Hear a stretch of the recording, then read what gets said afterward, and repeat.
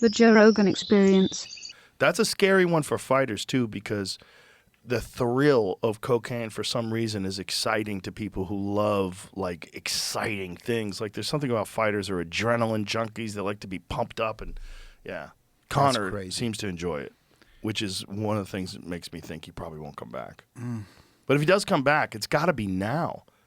You know, again, at 36 years old, now. Paddy Pimblett. That's the fight. That's going to be a big fight. Big fight. Yeah. But I don't even think Conor's in the drug testing pool anymore. No? You don't think so? I don't believe so. See if you can Google that. Find out if he's in the drug. I think he pulled out of the drug testing he's going to come pool. back. You think so? Yeah. If they give the opportunity to I don't know, to guys like, I don't know what, 40 years old, like Arlovsky, you can have so many names that they fought at 40 years age. Why not Conor? I know that you want a world title fight at 155, but would you make an exception for a Conor McGregor fight at 155? But right now? No. Good for you. Do you think it's going to be excited if I beat Islam and then I give the chance to Conor? No, I mean like right now, before Islam. Like if the UFC calls you up and says, I know you want a world title fight. We guarantee you a world title fight after this. Actually, we had that talks a little Really? bit. Yeah, but yeah, I don't know. What was that talk? Tell me what that talk was like. No. Come on. After this one, I know I'm going to get some calls. You know how the UFC is. They are very specific. Yes. Don't say anything. Right. To no one. Well, no one's listening. You can tell everybody. Yeah. Only a couple of million of people is listening. Yeah.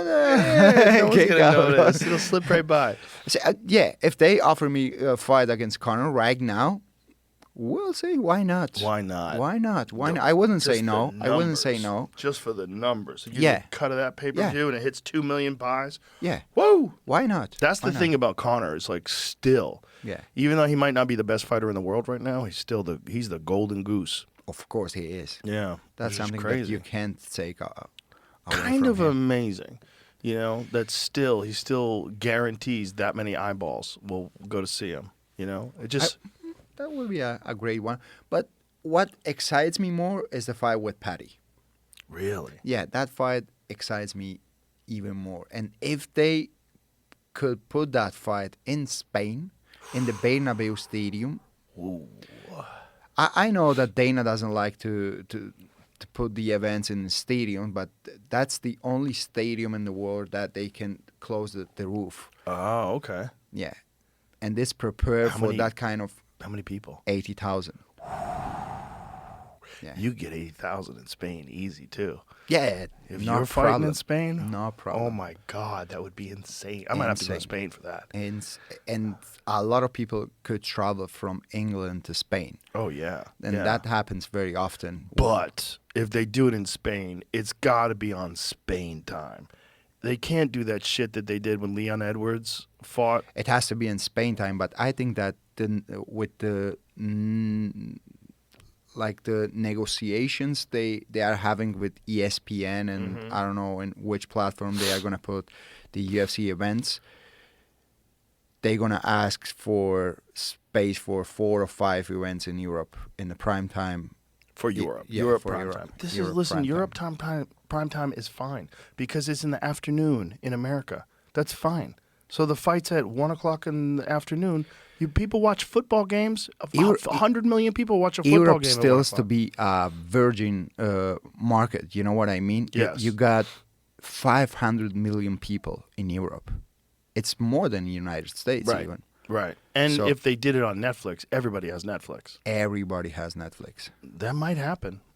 That's why. They're in negotiation right now. That will be a massive one. In Spain. In Spain. Against that pimple. What happened with you two? Because I saw the video where you guys are yelling at each other. Was it in a hotel or something? Yeah, he said something about Georgia. Oh, he said something about your country. Yeah. What did he say? He said, like, now I understand why the Russians are bombing Georgia or something, like putting bombs in Georgia. And Whoa. I'm like, bro, whoa. don't joke with that. Yeah, You it's a can fucked joke up thing to about joke me. about. Say whatever you want to say about me. Whatever. He's a mushroom. He is this. He is that. Don't talk about war because you don't know how is it. Right. That's a crazy thing Yeah. to say. Don't say that. Yeah. So that was the beginning of it. It just out of nowhere he said that? He said that on Twitter. Oh, wow. He said that on Twitter. Maybe he was too high, too drunk. I don't know. He was talking shit. You know, I mean, it gets people to pay attention. He's really good at getting people to pay attention.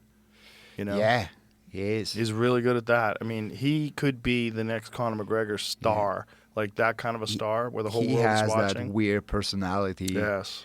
Yeah, he has that. Well, he's very disarming because people, they see, I talked about this in the last pay-per-view. I said it's a very sneaky trick because guys like you look at you, the way you carry yourself, the way that's a fighter. Like, you look at that guy's a dangerous motherfucker. But when you see Paddy, he's dancing like this, his hair is flopping around like he's in the Beatles. You know, he's like, he seems silly, but then he fucks people up. And so I think people but get he confused. fucks people up like Michael Chandler. Right. But when he faced a real fight, who did he face? Well, he hasn't faced anyone that good yet, Like, but he fucked up Michael Chandler It doesn't better matter. than Charles Oliveira did. It does. And Charles Oliveira, even this what I was telling you before, like when you got 10 losses in your record, that's not 1, 2, 3, 4, 5, 6, 7, that's 10. Yeah. Like when you walk in with a guy that has 10 losses, the level of confidence is completely different.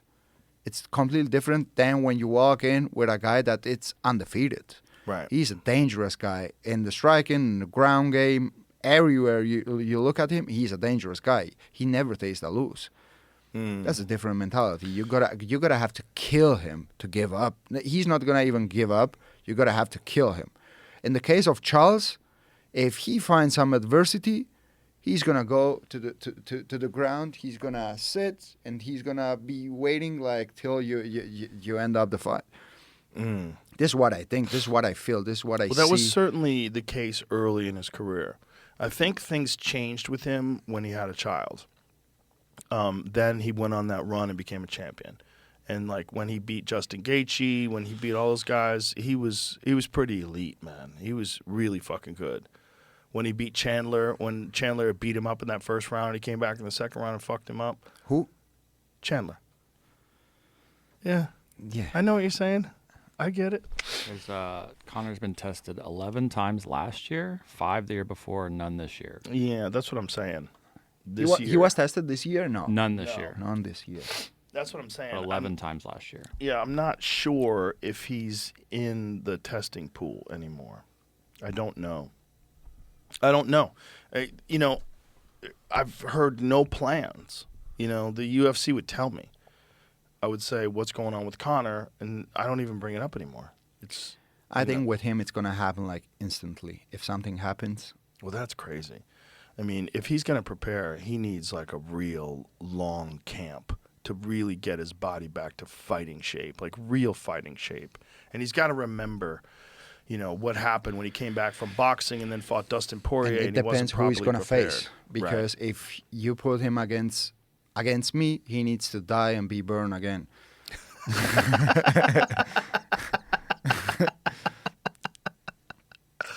Yeah. I hear you. Yeah.